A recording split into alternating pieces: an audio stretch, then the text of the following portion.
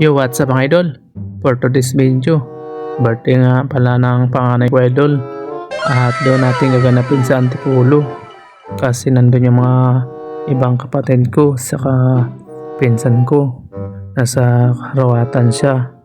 Pero nagpunta sa doon sa Antipolo para samahan kami sa birthday ng anak ko idol.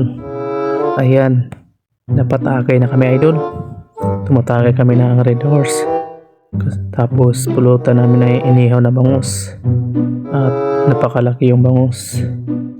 Napakataba pati. Kaya ang sarap idol. Ayan, habang tumatagay, nagbibideo na rin pala kami idol. Kasi syempre, hindi pwedeng walang video idol. Kaya yan, nagkakantahan kami idol. Tapos sabay tagay. Dahil minsan lang ito idol. Sa isang taon, isang beses lang idol. Next year naman tumaulit idol. Ayan. Kaya sulitin natin idol. Tara idol, tagay. Napakasarap idol oh. Talagang pulutan pa lang, busog ka na idol. Kung ayaw mo tumagay idol, umulutan ka na lang. Ayan. Sama-sama kami idol.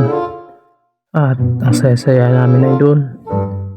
Kasi medyo may tama na rin yung mga iba idol.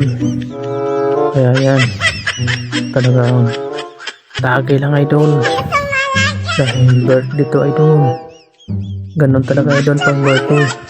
Talagang tatagay ka talaga idol. Ayan, katakanta na lang ako idol.